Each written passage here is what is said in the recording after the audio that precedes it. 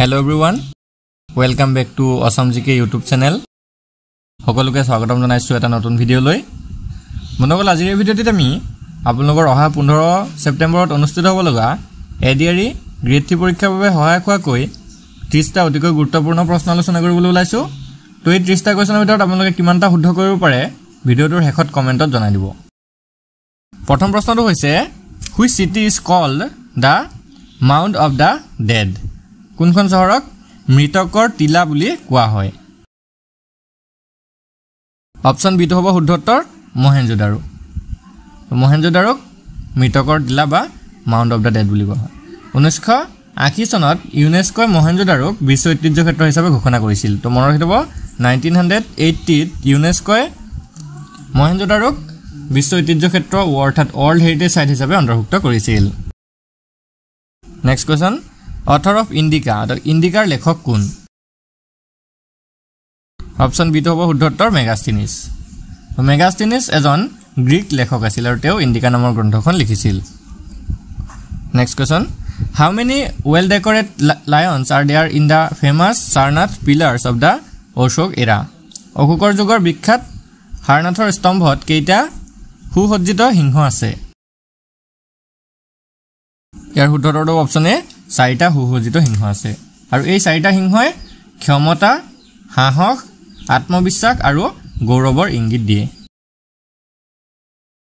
Next কোৱেশ্যনটো হৈছে what was the name of the messenger sent by Bhaskar Varman to Harshvardhan?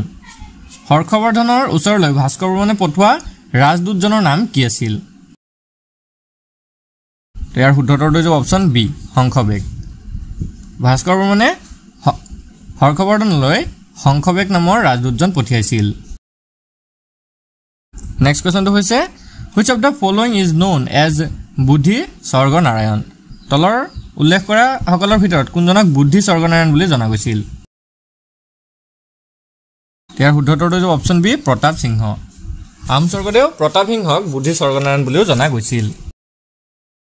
Next কোৱেশ্যনটো হৈছে what is the name of the British officer kill in the clash of Phulaguri dhaba?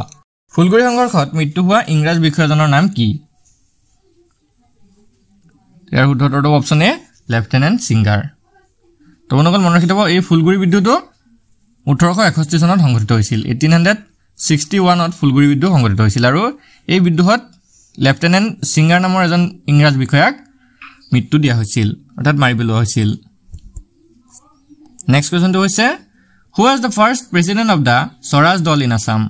অসমত স্বৰাজ দলৰ প্ৰথমগৰাকী সভাপতি কোন আছিল?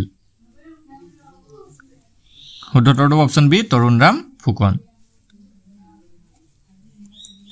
নেক্সট কুৱেশ্যনটো হৈছে which of the following union territories has the lowest population density? তলৰ কোনখন কেন্দ্ৰীয় শাসিত ৰাজ্যত জনসংখ্যাৰ ঘনত্ব আটাইতকৈ কম? ইয়াৰ ৰাইট এনসাৰটো হৈছে অপচন এ আন্দামান আৰু নিকোবৰ দ্বীপপুঞ্জ। আন্দামান আৰু নিকোবৰত জনসংখ্যাৰ ঘনত্ব আটাইতকৈ কম।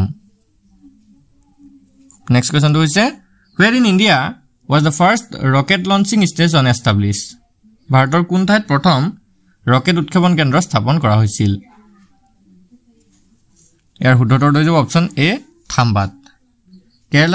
কেৰালাৰ তিৰুৱন্তপুৰমৰ থাম্বাত এই কেন্দ্ৰটো অৱস্থিত আৰু এই কেন্দ্ৰটো প্ৰতিষ্ঠা কৰা হৈছিল 1963 চনৰ 21 নৱেম্বৰত। মনত ৰাখিব 1963 13 নৱেম্বৰত এই ৰকেট উৎক্ষেপণ কেন্দ্ৰটো স্থাপন কৰা হৈছিল। Next question what is the name of the mountain that separates the Brahmaputra and Barak river basins in Assam?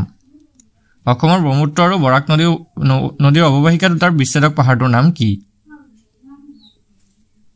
শুদ্ধ উত্তৰটো অপচন চি বৰাইল পাহাৰ। Next question the river that flows through the Kaziranga national park are? Kaziranga ৰাষ্ট্ৰীয় উদ্যানৰ মাজেৰে বৈ যোৱা নদীকেইখন হ'ল? ইয়াৰ শুদ্ধ উত্তৰটো অপচন বি ব্ৰহ্মপুত্ৰ, ডিফলু, মৰা ডিফলু আৰু মৰা ধনশিৰি। কাজিৰঙা ৰাষ্ট্ৰীয় উদ্যানৰ মাজেৰে এইকেইখন নদী বৈ গৈছে। তো বন্ধুসকল নেক্সট কুৱেশ্যনসমূহ আলোচনা কৰাৰ আগতে আপোনালোকক এটা কথা জনাই থওঁ। তো আপোনালোকে যদি ভাবে যে আপোনালোকৰ প্ৰিপাৰেশ্যনটো কেনেকুৱা হৈছে বা আপোনালোকে ষ্টাডি কেনেকুৱা কৰিছে, কিমান ৰিভাইজ কৰিছে, যদি চাব বিচাৰে তেনেহ'লে আপোনালোকৰ বাবে এখন মক টেষ্ট ৰেডি কৰিছোঁ। মাত্ৰ 25 টকা পে' কৰি পিনে আপোনালোকে এই মক টেষ্টখন আমাৰ পৰা লৈ ল'ব পাৰিব।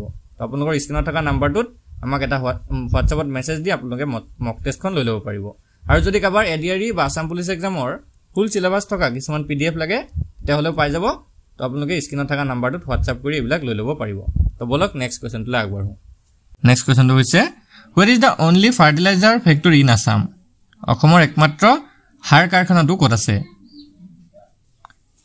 বন্ধুসকল ইয়াৰ ৰাইট এনসাৰটো হৈছে অপশ্যন বি নামৰূপত আৰু এইটো প্ৰতিষ্ঠা কৰা হৈছিল 1976 চনত 1976ত নামৰূপত অসমৰ একমাত্ৰ সাৰ কাৰখানাটো স্থাপন কৰা হৈছিল নেক্সট কোৱেশ্চনটো হৈছে which article of the constitution set out the guiding principles of the state সংবিধানৰ কোনটো অনুচ্ছেদত ৰাষ্ট্ৰৰ নিৰ্দেশক নীতিসমূহৰ উল্লেখ আছে ইয়াৰ শুদ্ধটো অপশ্যন সি আৰ্টিকল 36 ৰ পৰা 51 লৈকে ইণ্ডিয়ান কনষ্টিটিউচনৰ পঞ্চম ভাগত অনুচ্ছেদ 36 ৰ পৰা 51 লৈকে ৰাষ্ট্ৰৰ নিৰ্দেশক নীতিসমূহৰ উল্লেখ পোৱা যায়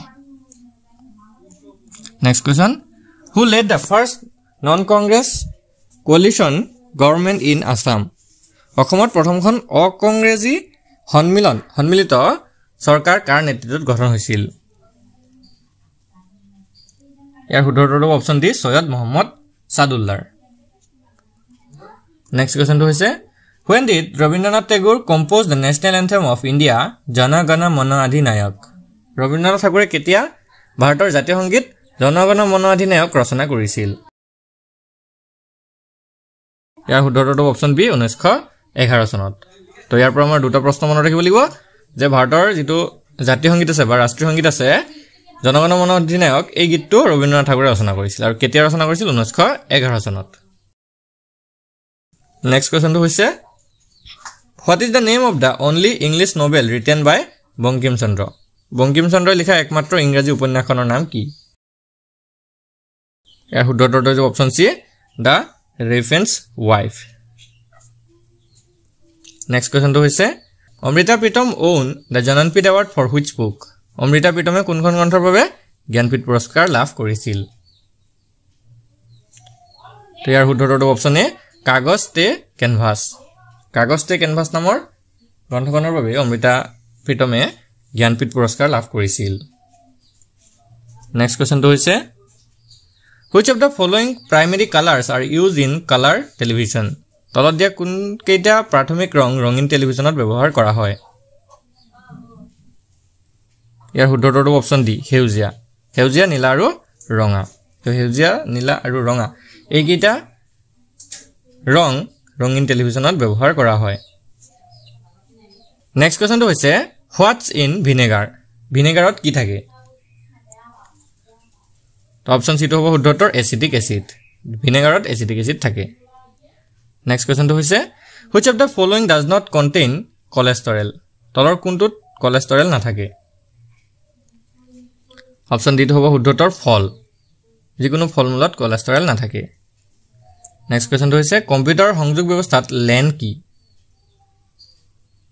তো নকল ইয়াৰ শুদ্ধটো হ'ব option A local area network তো LANৰ যেটো ফুল ফৰ্ম হেতু হৈছে লোকেল এৰিয়া নেটৱৰ্ক নেক্সট কোৱেশ্চনটো হৈছে in what unit is computer memory measured computer memory কি এককত জোখা হয় ইয়াৰ ৰাইট এনসাৰটো হৈছে অপশ্যন ডি কিলোবাইট অৰ্থাৎ কেবি কম্পিউটাৰ এককত কম্পিউটাৰটো যিবিলাক মেমৰি থাকে হেতু কেবি এককত জোখা হয় নেক্সট কোৱেশ্চনটো হৈছে who is the only Indian athlete to win a gold medal in the Tokyo Olympics of the year 2020 important হয় 2020 বৰ্ষৰ টকিঅ অলিম্পিকত অংশগ্ৰহণ কৰি একমাত্ৰ স্বৰ্ণ পদক অৰ্জন কৰা ভাৰতীয় খেলুৱৈগৰাকী কোন ইয়াৰ ৰাইট এনসাৰটো হৈছে অপশ্যন সি নীৰজ চোপ্ৰা আৰু আমি এটো সকলোৱে জানো নেক্সট চাওক who is the Indian athlete who won the silver medal in weightlifting at the 2020 Olympics Tokyo Olympics 2020 বৰ্ষৰ টকিঅ অলিম্পিকত অংশগ্ৰহণ কৰি ভাৰোত্তোলনত ৰূপৰ পদক অৰ্জন কৰা ভাৰতীয় খেলুৱৈগৰাকী কোন ইয়াৰ উত্তৰটো যাব অপশ্যন ডি মীৰাবাই চানু তো 2020 বৰ্ষৰ টকিঅ অলিম্পিকত তেওঁ ভাৰোত্তোলনত ৰূপৰ পদক লাভ কৰিছিল মীৰাবাই চানুৱে নেক্সট চাওক who built the Umananda temple located on Bhasmasal hill in the middle of the Brahmaputra river Brahmaputra নদীৰ হুমাজত ভস্মাচল টিলাৰ ওপৰত অৱস্থিত উমানন্দ মন্দিৰটো কোনে নিৰ্মাণ কৰাইছিল বন্ধুসকল ইয়াৰ ৰাইট আনসাৰটো হৈছে অপচন এ গদাধৰ সিংহই নেক্সট কোৱেশ্চনটো হৈছে হুইচ ট্ৰাইব সেলিব্ৰেটস খেৰাই পূজা খেৰাই পূজা কোনটো জনগোষ্ঠীয়ে পালন কৰে বন্ধুসকল ইয়াৰ শুদ্ধটো অপচন সি বড়ো বড়ো জনগোষ্ঠীৰ লোকসকলে খেৰাই পূজা উদযাপন কৰে নেক্সট কোৱেশ্চনটো হৈছে where is the historical Junbeel Mela held চাওক জুনবিল মেলা কথা কৈছে ঐতিহাসিক জুনবিল মেলা কোন ঠাইত অনুষ্ঠিত হয়